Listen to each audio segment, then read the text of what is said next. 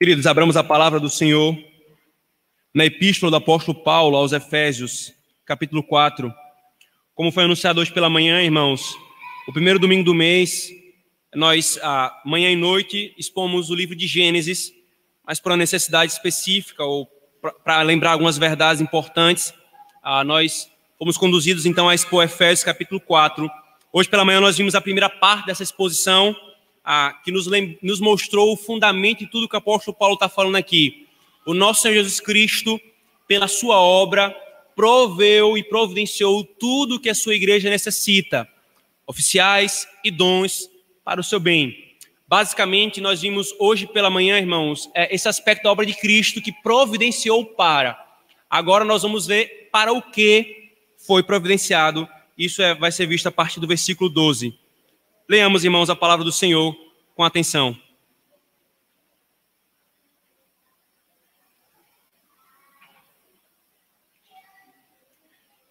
A partir do versículo 11. E ele mesmo concedeu uns para apóstolos, outros para profetas, outros para evangelistas e outros para pastores mestres, com vistas ao aperfeiçoamento dos santos, para o desempenho do seu serviço, para a edificação do corpo de Cristo, até que todos cheguemos à unidade da fé e do pleno conhecimento do Filho de Deus, à perfeita varonilidade, à medida da estatura da plenitude de Cristo, para que não mais sejamos como meninos, agitados de um lado para outro, levados ao redor por todo o vento de doutrina, pela artimanha dos homens e pela astúcia com que induzem ao erro, mas seguindo a verdade em amor, cresçamos em tudo naquele que é a cabeça, Cristo, de quem todo o corpo, bem ajustado e consolidado pelo auxílio de toda a junta, segundo a justa cooperação de cada parte, efetua o seu próprio aumento para a edificação de si mesmo em amor. Amém. Oremos, irmãos, mais uma vez ao nosso Deus, clamando o seu auxílio. Deus bendito, diante estamos, Senhor, da tua palavra, a tua poderosa palavra.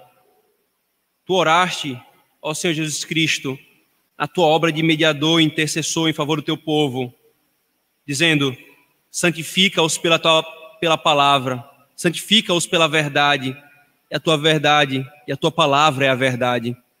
E agora, Senhor, estamos diante da tua palavra pregada, a tua palavra exposta, que expõe o nosso coração, que coloca o remédio em nossas feridas, que nos repreende a dureza do coração, Senhor, que nos consola, que nos instrui.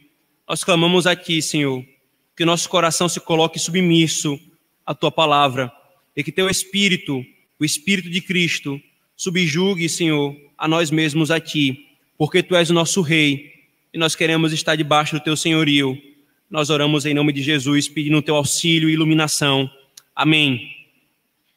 Amados, como foi falado, o apóstolo Paulo aqui no capítulo 4 de Efésios, ele, a partir da aplicação da verdade, da união da igreja com Cristo, ele mostra que esse Cristo que na sua obra se humilhou ao encarnar, mas quando ele foi assunto aos céus, ele subiu aos céus como um vitorioso, e como um vitorioso deu dons e benefícios para a sua igreja. O apóstolo Paulo aplica especialmente aos ofícios da igreja, visando alguns fins, visando o bem da igreja. A pergunta agora é, irmãos, quais bens são esses? Qual é o fim de Deus ter dado dons à igreja? Qual é o fim de, especificamente, Deus ter dado à igreja oficiais? E, além disso, nós vamos ver que, além dos benefícios dos ofícios, o Senhor requer que a própria igreja, cada membro, haja ativamente no crescimento do corpo. E aqui, irmãos, nós temos pelo menos uma cachoeira de propósitos, né? O apóstolo Paulo fala, versículo 11, Deus concedeu pastores e mestres. Aí, versículo 12, com vistas a... Aí, a partir daqui, ele começa a fazer uma cachoeira de propósitos. Quais são as finalidades disso? Por que Cristo fez isso para a sua igreja? Por que ele visou tal bem para a sua igreja? Aí o apóstolo Paulo sai falando uma série de propósitos. Esses propósitos, irmãos, têm relação um com o outro, mas nós podemos resumi-lo em dois propósitos, pelo menos, que é um propósito positivo e um propósito negativo. Qual é o propósito positivo, irmãos? Ele fala, com vistas, versículo 12, com vistas ao aperfeiçoamento dos santos. Com vista ao aperfeiçoamento dos santos. Deus, irmãos, ele fez o que fez por meio da obra de Cristo, deu dons e oficiais para a igreja, para aperfeiçoar os crentes, os santos, a linguagem que o apóstolo Paulo usa para se referir à igreja, aos crentes. E a palavra aperfeiçoamento aqui, irmãos, no grego, não é simplesmente tornar perfeito, porque nós professamos com clareza, irmãos, que nós aguardamos a perfeição na glorificação. Então, qual é o ponto aqui do aperfeiçoamento? O apóstolo Paulo fala, a palavra aqui é para capacitação, é para capacitar a igreja, visando o quê? Aí o apóstolo Paulo continua, veja o versículo 12, visando o desempenho para o serviço,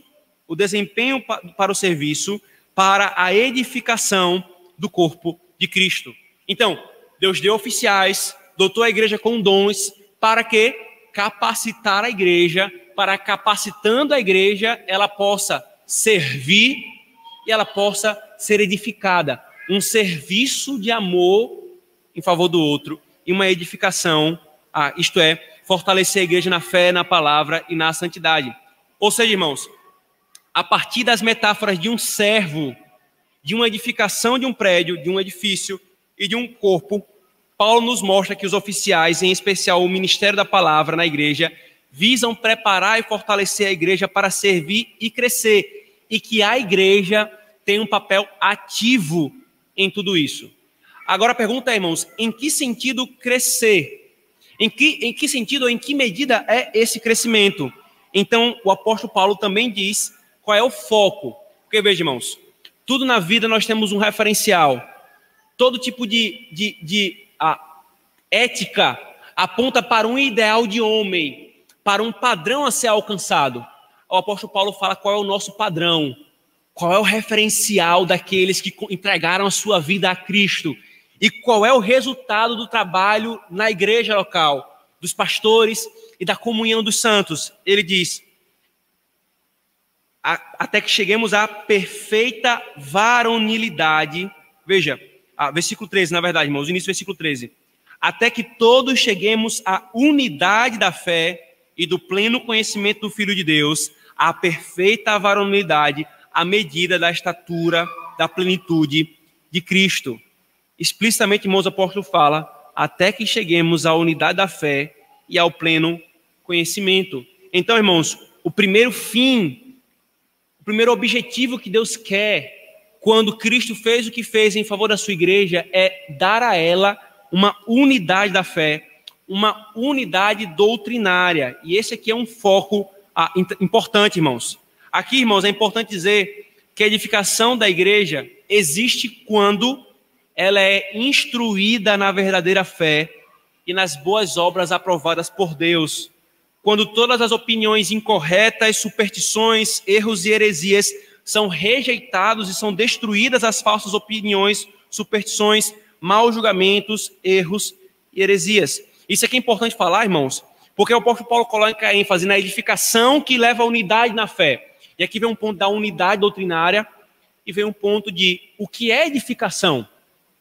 É interessante, irmãos, que no meio evangélico hoje, todo tipo de coisa recebe o rótulo de edificação.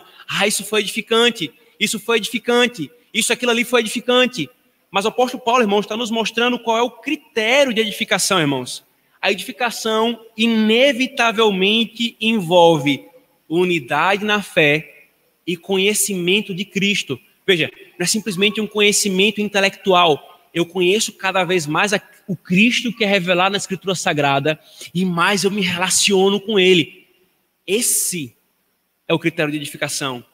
É isso que deve julgar algo edificante ou não. É levar a unidade da fé na igreja e fazer com que a igreja conheça cada vez mais Cristo, aquele que é o amável, aquele que é o amado da nossa alma, aquele que é digno de todo amor. Esse é o fim de todo o trabalho, irmãos, pastoral, dos presbíteros, dos diáconos e do relacionamento uns com os outros, irmãos. E depois, então, queridos, o apóstolo Paulo coloca o referencial, né? O teto. O que é que nós miramos? Aí ele fala, versículo 13, a perfeita varonilidade, à medida da estatura, da plenitude de Cristo. Ou seja, irmãos, o ministério da palavra tem por alvo trabalhar para formar Cristo pelo ensino da palavra naquele que lhes foi confiado. Tudo o que o ministério e o ministro da palavra faz e os seus maiores esforços junto com os presbíteros e os diáconos devem objetivar isso, conduzir os crentes à maturidade. Conduzir os crentes à maturidade em Cristo. Certo puritano disse, pregue Cristo ao povo, e você pregou tudo o que é necessário. Por quê? Porque é nele que está resumido todos os atributos de Deus. É nele que há toda a glória da divindade. Toda a Escritura aponta para ele, e é para se conformar a ele que todo homem deve se voltar. Então, qual é o fim do trabalho na igreja local? Qual é o fim do trabalho da pregação da palavra, do pastoreio dos presbíteros, do serviço dos diáconos e do serviço mútuo de um crente para com o outro? É forjar Cristo na igreja, irmãos. Esse é o nosso referencial. Não é forjar a personalidade de um homem, como igrejas extremamente personalistas, em que o foco está na pessoa de alguém, e aí se aquela pessoa sai, cai toda a igreja. Não é forjar a personalidade de um, mas é forjar a personalidade de Cristo na igreja. E é diante disso, então, irmãos, que eu afirmo, e com convicção, como pastor e os presbíteros juntos, é o nosso desejo e objetivo trabalharmos para servirmos os irmãos na palavra, para que nós alcancemos isso. Não há nada que nós necessitamos a mais do que isso, irmãos. Nós não precisamos ficar aqui feito animadores de palco, fazendo palhaçada, querendo provocar risadas na igreja. Não, é expor Cristo para a igreja, para que ela ame mais e mais a esse Cristo, irmãos. E aqui é interessante, irmãos, porque essa expressão aqui, há um ponto aqui importante, quando o apóstolo Paulo fala, no versículo 13, chegarmos à perfeita varonilidade, né? Essa expressão que a versão coloca como varonilidade, ela significa basicamente maturidade. Nós chegarmos à maturidade. E o que é maturidade, irmãos? A maturidade, queridos, ela envolve uma série de coisas importantes. Envolve idade, sim, mas envolve algo muito além da idade, porque às vezes você tem pessoas que têm muita idade, mas não são maduras, porque tem algo fundamental que vem antes. E aqui está a chave da maturidade. Quanto mais parecida uma pessoa é com Cristo, mais madura é ela. Quanto mais conformada a Cristo, mais madura é ela.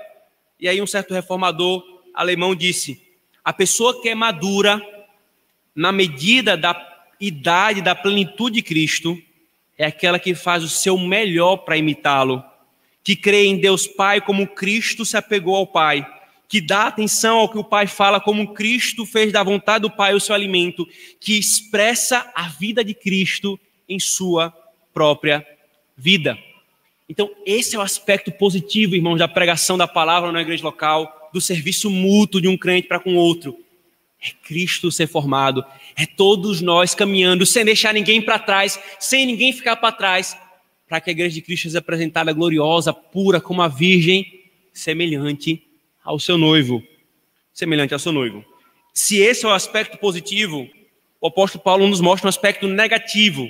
Veja, essa linguagem é o seguinte, irmãos, positivo é eu faço algo positivo, né, em direção a alguma coisa. O negativo é eu faço algo contra uma outra coisa. E essa ideia aqui, em decorrência desse aspecto positivo, irmãos, e sendo por si só um aspecto negativo, né?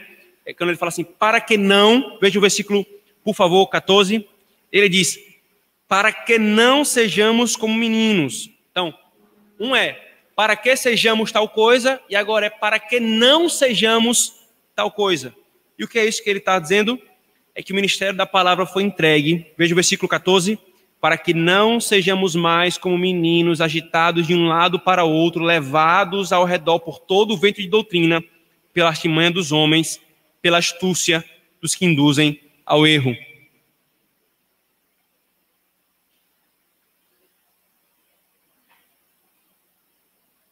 Paulo diz, irmãos, explicitamente, o ministério da palavra tem por objetivo, e forjar Cristo também tem por objetivo, por isso aqui é um encadeamento de objetivos, que nós não sejamos mais como meninos.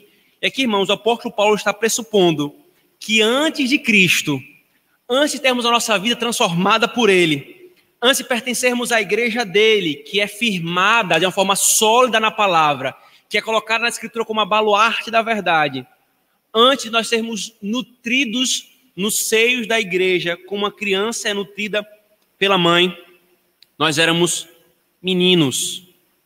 Nós éramos meninos, éramos levados por todo tipo de ideia tola e blasfêmia, irmãos. E aqui eu cito novamente, irmãos, o reformador alemão que eu já citei, porque ele é muito preciso e profundo quando ele vai falar sobre o que é ser menino à luz do que Paulo está falando.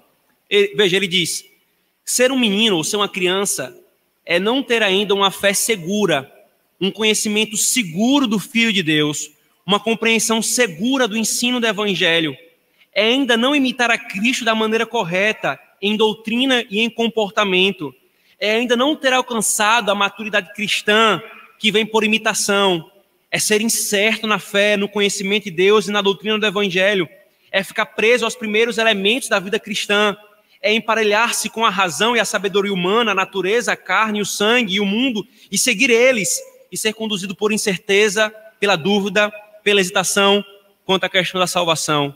É ainda não ter um coração selado pelo Espírito Santo a respeito da doutrina do Evangelho, a questão da salvação e assim por diante. É ser jogado para lá e para cá, e essa é uma das características, um dos efeitos de ser criança.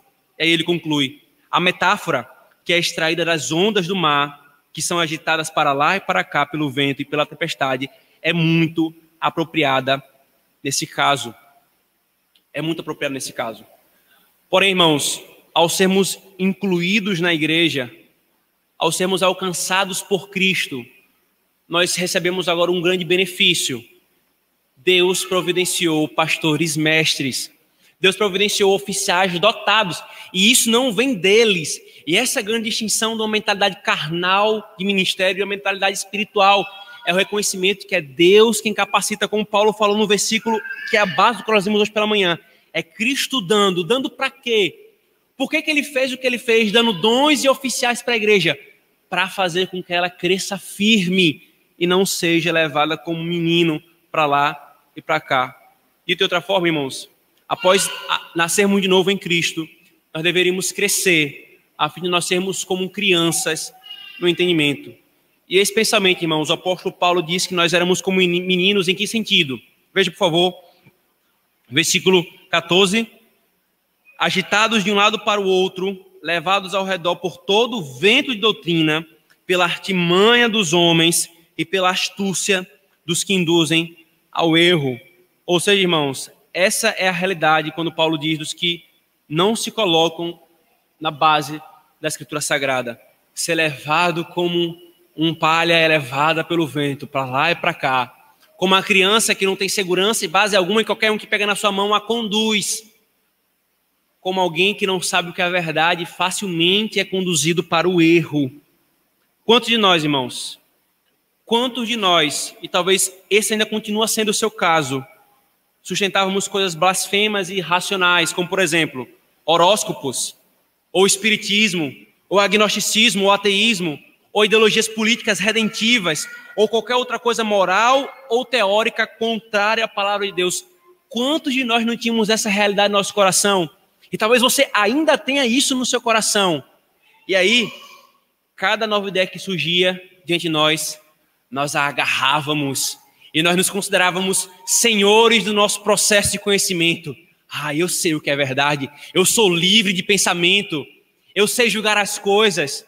E cada vez mais nós éramos conduzidos, na verdade, para a tolice, para aquilo que é contrário à palavra do Senhor, como crianças, achando que são maduras, mas na verdade estavam sendo levadas para o erro. Paulo diz, quando você é unido a Cristo, quando você é colocado no contexto da igreja de Cristo, e especialmente numa igreja local, você então é forjado, é alimentado para que você cresça e não fique como um menino inconstante. E para que nós não sejamos mais assim, é o argumento do apóstolo Paulo, irmãos. Deus nos entregou pastores mestres para que cresçamos e sejamos estáveis e firmes na fé.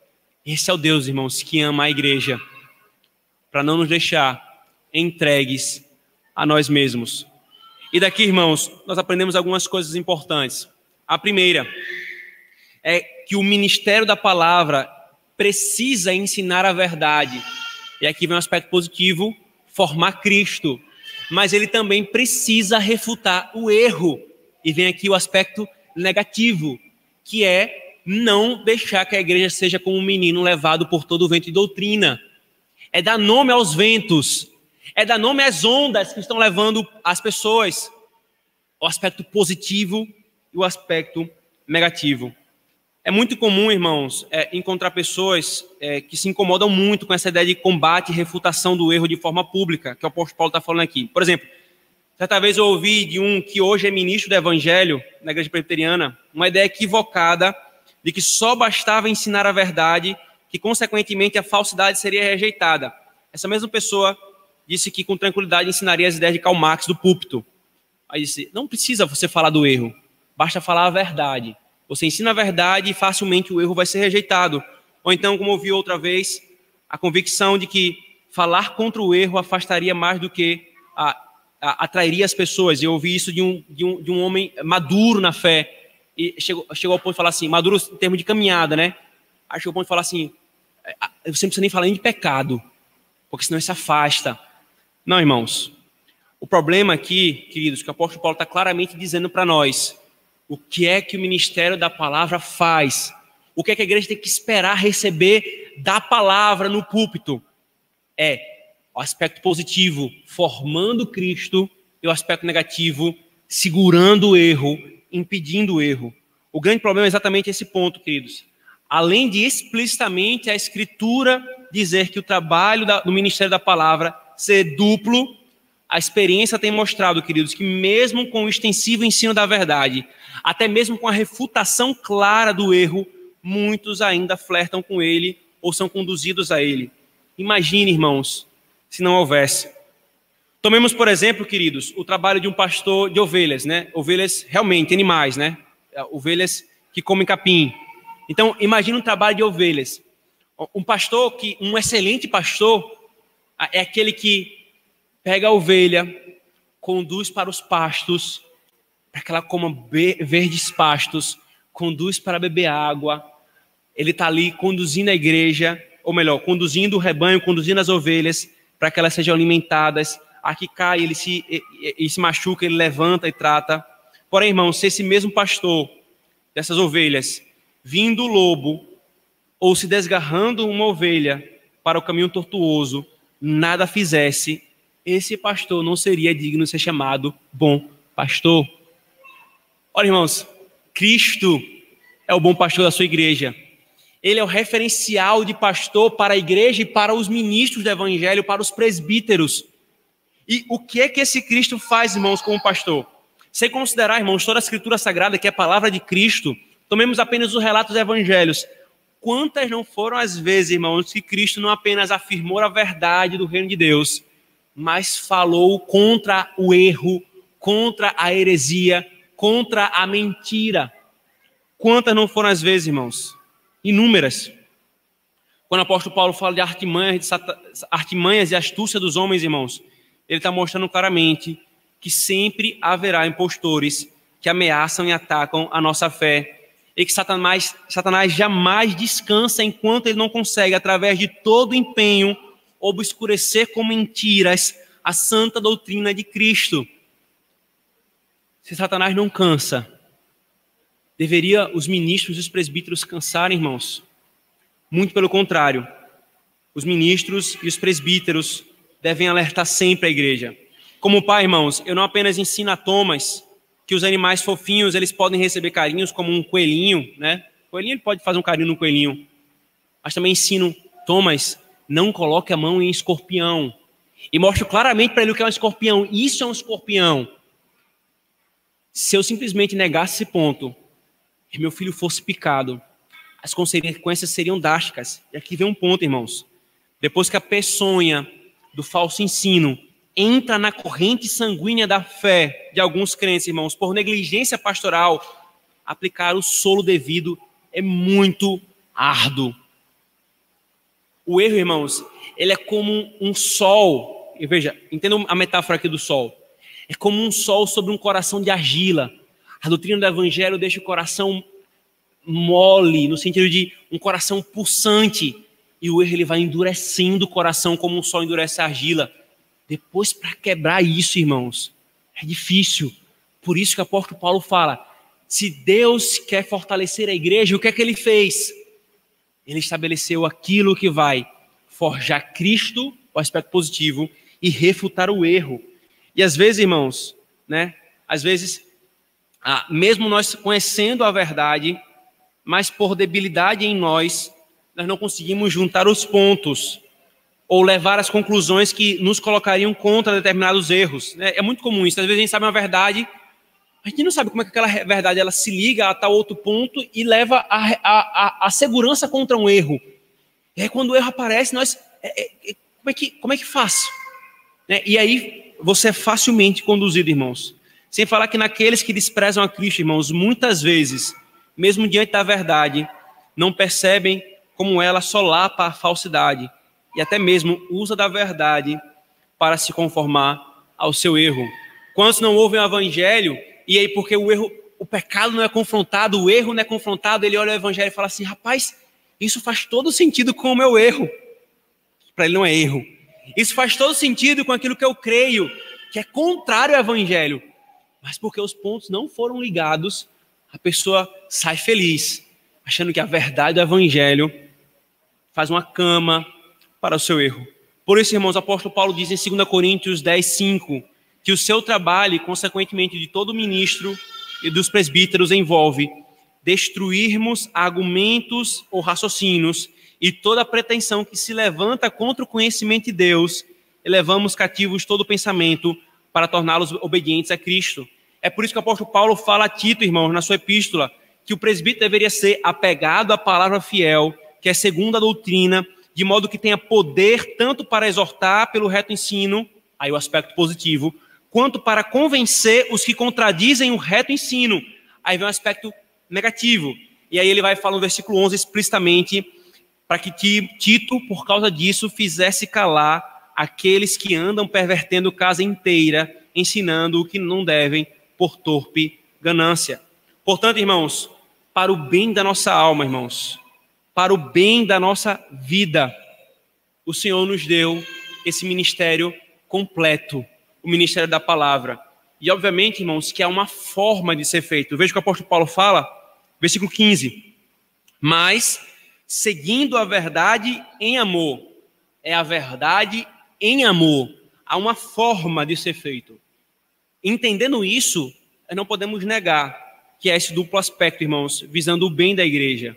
Aliás, irmãos, aqui é importante dizer, para fortalecer esse nosso coração, os nossos padrões de fé, os de Westminster, eles resumem e sistematizam o que nós cremos como ponto principal das doutrinas da Escritura Sagrada. E eles foram construídos de uma forma, irmãos, que cada afirmação tem um peso de 1 tonelada. E cada afirmação refuta 2, 3, 4, 5 erros ou heresias. Tão preciso para proteger a igreja do erro e do engano. Aprendemos também, irmãos, então, segundo, que se nós desprezamos tais coisas, se nós desprezamos aquilo que Deus ofereceu para a igreja, para capacitar ela no serviço ao próximo e no serviço a Deus, para o amadurecimento da fé, se nós desprezamos Cristo e as ocasiões, oportunidades de ensino público, se nós desprezamos tudo isso que Paulo está falando que foi feito para a unidade da igreja, nós não esperemos com isso estar capacitados por sermos maduros, irmãos. Não há como esperar isso. Imagine você está querendo engordar, né? Eu me identifico muito com isso. Você está querendo engordar. Aí você está engordando, só que você não está comendo. Aí você fala assim, eu não estou entendendo por que eu não estou engordando. É o mesmo raciocínio que o apóstolo Paulo está falando aqui. Isso foi feito para amadurecimento da igreja, para proteger a igreja. Mas você despreza isso, você negligencia isso. Como é que pode se esperar amadurecimento? Como é que pode se esperar fortalecimento? Antes, o contrário vai acontecer, irmãos. O contrário vai acontecer. Como é fácil perceber então, irmãos, que os que usufruem dessas coisas, na verdade, rápida e extensivamente crescem, amadurecem, aprofundam-se na sua caminhada. Como Calvino falou, irmãos, desse fato deve-se ser evidente que os que negligenciam os meios e ainda esperam ser aperfeiçoados em Cristo não passam de impiedosos, nada entendem. Se isso, irmãos, é dado para o benefício da igreja, é que vem um dos pontos que o Conselho sempre quer lembrar a igreja da importância, irmãos. O culto público, a pregação pública da palavra, não é outra coisa, irmãos, senão nós chegarmos a esse objetivo. Não despreze a pregação da palavra do Senhor. Não minimize. Não troque isso por nada. Isso é para o nosso bem, irmãos. Isso é para nos fazer mais parecidos com Cristo. Isso é para nos fazer adultos, não meninos. Alimentemo-nos do bom pão e do bom alimento que Cristo dá à sua igreja na sua palavra, irmãos. Não é teorias de homens que são expostas. Não são opiniões, nem experiências, nem testemunhos X e Y. É a palavra de Cristo que é exposta para alimentar a igreja, irmãos. E então, queridos, vem o quarto ponto do texto, né, contando com pela manhã, mas o segundo de agora à noite, que é a edificação mútua. Veja o versículo 15 e 16, por favor.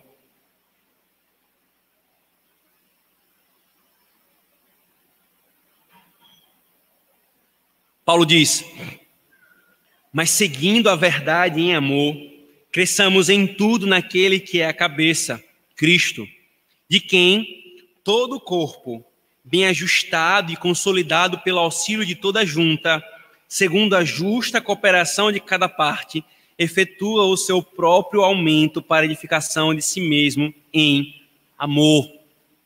Aqui, irmãos, o apóstolo Paulo mostra que tanto a finalidade dos dons dados por Cristo, quanto a finalidade do trabalho dos pastores, vai revelar nisso aqui a responsabilidade de cada crente na edificação e no crescimento. Ou seja, a igreja não é simplesmente passiva, ela é ativa nesse crescimento.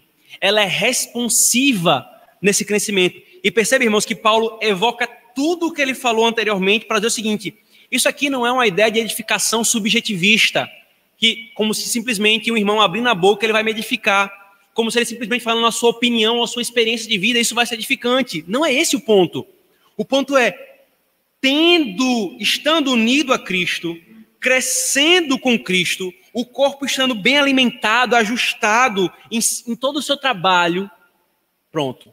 Isso aqui sendo feito, o que é que vai acontecer? Lembra? Deus, Cristo fez o que fez para que a igreja possa servir, para aperfeiçoar, para o desempenho do serviço.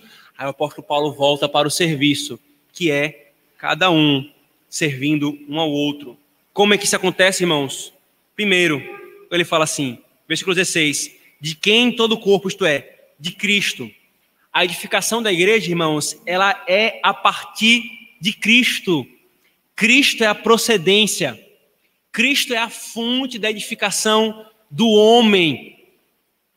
Se alguém quer crescer, se alguém quer amadurecer, se alguém quer ser homem e mulher de verdade, é Cristo que nós temos que olhar, irmãos. Cristo, queridos, é o Deus, a segunda pessoa da Trindade, que assumiu a nossa natureza para nos mostrar como que nós deveríamos ser. Ora, mas nós simplesmente olhando como nós deveríamos ser, nós não seríamos. Quantos não são os bons exemplos que são postos diante de nós e nós fracassamos na tentativa de imitar? Então ele não simplesmente é o bom exemplo, ele é aquele que fez a obra para nos capacitar, para imitá-lo. Mas ele está posto entre nós. Então o apóstolo Paulo fala, se a igreja quer edificar-se, se a igreja quer ser madura, se um irmão quer servir ao outro de uma forma devida, isso é feito a partir de Cristo. É a partir de Cristo que o corpo efetua o seu crescimento. É pela união com Ele. É por uma fé sincera e verdadeira. Não é por algo frívolo e superficial. É estando arraigado em Cristo. Aqui, irmãos, vem um eco do que o nosso Senhor Jesus Cristo falou em João 15. Sem mim, vocês não podem fazer nada. Sem mim, vocês não podem fazer nada. Não é algo independente de Cristo, ou algo que seja a parte dele, ou algo que haja na própria igreja. O apóstolo Paulo fala, de Cristo que todo o corpo, bem ajustado e consolidado pelo auxílio de toda a junta, efetua o seu crescimento. É a partir de Cristo. Se nós não estamos unidos a Cristo, se Cristo não é essa fonte, irmãos, nós não esperemos crescimento e edificação saudável. Percebe como as coisas estão ligadas? Paulo falou, a pregação da palavra, o ministério da palavra, visa forjar Cristo na igreja. Para quê? Para que esse Cristo forjado na igreja alimente mais esse crescimento saudável, maduro da igreja. E cada um sirva-o mutuamente, não com seus referenciais subjetivistas, não com seu achismo, mas a partir de Cristo, para que haja um crescimento maduro. Então vem o segundo ponto, irmãos. O apóstolo Paulo usa uma imagem fantástica. O corpo bem ajustado, consolidado pelo auxílio de toda a junta, segundo a justa cooperação de cada parte, efetua o seu crescimento a partir de Cristo. Veja que imagem, irmãos. Como é que se dá o crescimento da igreja se os pastores não fazem um trabalho de pregar a palavra fielmente? Se os presbíteros, docentes e regentes não pastoreiam o rebanho, não disciplinam, não discipulam, não aconselham, não repreendem, começa errado daí, o resultado não vai dar certo. Mas se isso é feito, qual é a próxima etapa para que haja? Qual é a próxima etapa para que a igreja seja amadurecida? É cooperação mútua. E aqui, irmãos, a cooperação mútua não imprime necessariamente uma estrutura de invenção de ministério X, disso, daquilo, outro. Não, não. Veja a imagem orgânica. É cada irmão servindo a outro irmão, na vida de um outro irmão, e cooperando mutuamente para esse crescimento. Ao passo que, quanto mais cada membro coopera, mais edificado e mais crescimento decorre disso, irmãos. Ao passo que, se há falta disso, irmãos, os pastores sem dúvida serão os primeiros responsabilizados e questionados. E aí? Mas a ponta aqui que o Paulo está mostrando é cada crente, cada família tem um papel importante nesse crescimento. É aquilo que nós temos falado com a igreja. É o passo em direção a. É o coração aberto para. É o desejo de amar e a disposição de ser amado. É o desejo de até mesmo se machucar, porque ferro com ferro está afiando, está amadurecendo um ao outro. É isso que é ser igreja, irmãos, para amadurecimento e crescimento. Nenhum membro do corpo de Cristo, irmãos, é dotado de tal perfeição que seja capaz, sem a assistência de outro, de suprir suas necessidades pessoais. Cada um se distribui em uma certa medida, e é só por meio da comunicação recíproca, da cooperação mútua, que nós crescemos e amadurecemos. E ninguém, irmãos, está fora disso. Pastores, presbíteros, diáconos, o novo convertido, aquele que está mais tempo na caminhada cristã, todos eles são chamados a cooperarem mutuamente para o crescimento. As mulheres mais velhas com as mulheres mais jovens, né? Grupinho de jovens, grupinho de mais velhos. As mulheres mais velhas com as mulheres mais jovens, os homens mais velhos com os homens mais jovens, as famílias que já têm filhos com as famílias que não têm filhos. Cooperação mútua para o amadurecimento e o crescimento. Tudo isso aqui, irmãos, é para nos mostrar uma imagem que a nossa fé reformada professa com muita clareza, né? Deus é o pai dos seus filhos. A mãe desses filhos é a igreja. É nela que os seus filhos são nutridos. É no seio da igreja que o crente é alimentado. Veja, irmãos, isso não é uma ideia romanista. Romanista fala isso de outra forma. Isso é uma ideia de o papel da igreja local na vida de cada crente. E com isso aqui, irmãos, nós também aprendemos três coisas. Primeiro, com isso, irmãos, reprova-se profundamente uma mentalidade que tem crescido nos nossos dias, chamadas de desigrejados. O que são os desigrejados? São aqueles que se furtam de congregar na igreja local com diversas razões, né? Todas elas muito arrogantes. Na igreja só tem hipócrita, na igreja só tem pecadores, na igreja é assim assado. Aí parece que a pessoa não a pessoa é perfeita, é santa, né? Então ela se furta de congregar por diversas razões injustas e iníquas. E aí ela passa a ser pastoreada por pastores de YouTube na internet. Qual é o seu pastor? Não, meu pastor é fulano de tal. Mas no domingo tal eu assisto pastor fulano de tal. E ela não é pastoreada. Ela não recebe a nutrição do evangelho no contexto da igreja local. Ela não tem um outro irmão que possa servi-la, que possa amá-la. Erra profundamente os desigrejados, irmãos. Se alguém é crente no Senhor, ele não é um crente, como nós falamos hoje pela manhã, um andarilho sozinho, um cavaleiro solitário. Ele é em corpo, ele é em comunhão, ele é comungando. Aqui também, irmãos, explicitamente reprova-se mais uma vez a negligência e o desprezo de usufruir do primeiro ponto, mas também, irmãos, de nós sermos diligentes no serviço e na cooperação mútua uns dos outros. Nós devemos, irmãos, estar sempre dispostos a efetuarmos o crescimento para a edificação uns dos outros. E por último, queridos, vem um autoexame. Um autoexame muito importante. Como você tem se envolvido para servir aos seus irmãos? Como você tem usufruído do ministério da palavra e como você tem se envolvido para edificar os seus irmãos? Eu volto a dizer, irmãos, como nós já temos ensinado instintivamente a igreja, nós não precisamos de estruturas forçadas no governo da igreja para que isso ocorra. O governo da igreja está posto na palavra de Deus. O que nós necessitamos é de um coração disposto a amar, disposto a servir, a se envolver, a se deixar ser amado, irmãos. O fim de tudo isso, queridos, precisa ser falado. O fim de tudo isso, se vocês perceberam, do início ao fim, Cristo é o que dá, para que Cristo seja forjado. A partir de Cristo, quem é que vai ser glorificado em tudo isso? Não é pastor fulano de tal, não é presbíteros cicranos, é Cristo. Esse é o desejo daqueles que amam a Cristo. Oremos, irmãos.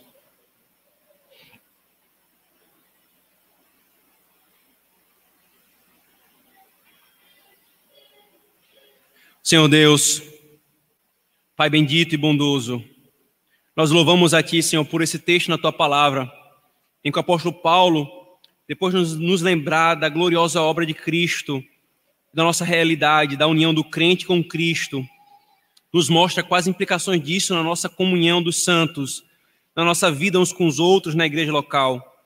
Louvado seja o Senhor, porque, Senhor, nós não estamos soltos às nossas próprias opiniões, para que a igreja seja conduzida conforme os achismos ou as novas teorias que saem no espírito do século. Mas nós estamos firmes, Senhor, na Tua palavra, nos mostrando o que nos é devido e que nós devemos dar atenção. E quantas vezes, Senhor, nós estamos aquém disso? Livra-nos, Pai, a mim e aos presbíteros e aos diáconos, de sermos negligentes no nosso ofício, Senhor, que o Senhor nos delegou pela eleição dessa igreja, Pai. Que o Senhor nos faça dirigentes, servos tementes ao Senhor, que desejem se desgastar e se darem, Pai, pela gração da palavra, pelo ensino, pelo discipulado, pelo aconselhamento, para que Cristo seja forjado em nós, Pai. Livra-nos, Senhor, como igreja, de nós nos fecharmos em nós mesmos ou em nossas próprias famílias, mas que estejamos dispostos, Senhor, a nos dar, amar e a ativamente, conforme Tu nos mostras, Senhor, cooperarmos para a edificação e o crescimento da igreja, para a unidade na fé, Senhor. Porque o fim de tudo isso, Senhor, como nós vimos, é a glorificação de Cristo, aquele que deu os dons, os oficiais, aquele que é a medida e o foco e o objetivo, aquele que é a fonte dessa edificação, é Ele também que será o alvo da glorificação. Capacita-nos, Senhor, para isso. Faz-nos uma igreja madura em Cristo. Nós oramos em nome de Jesus. Amém. Amém.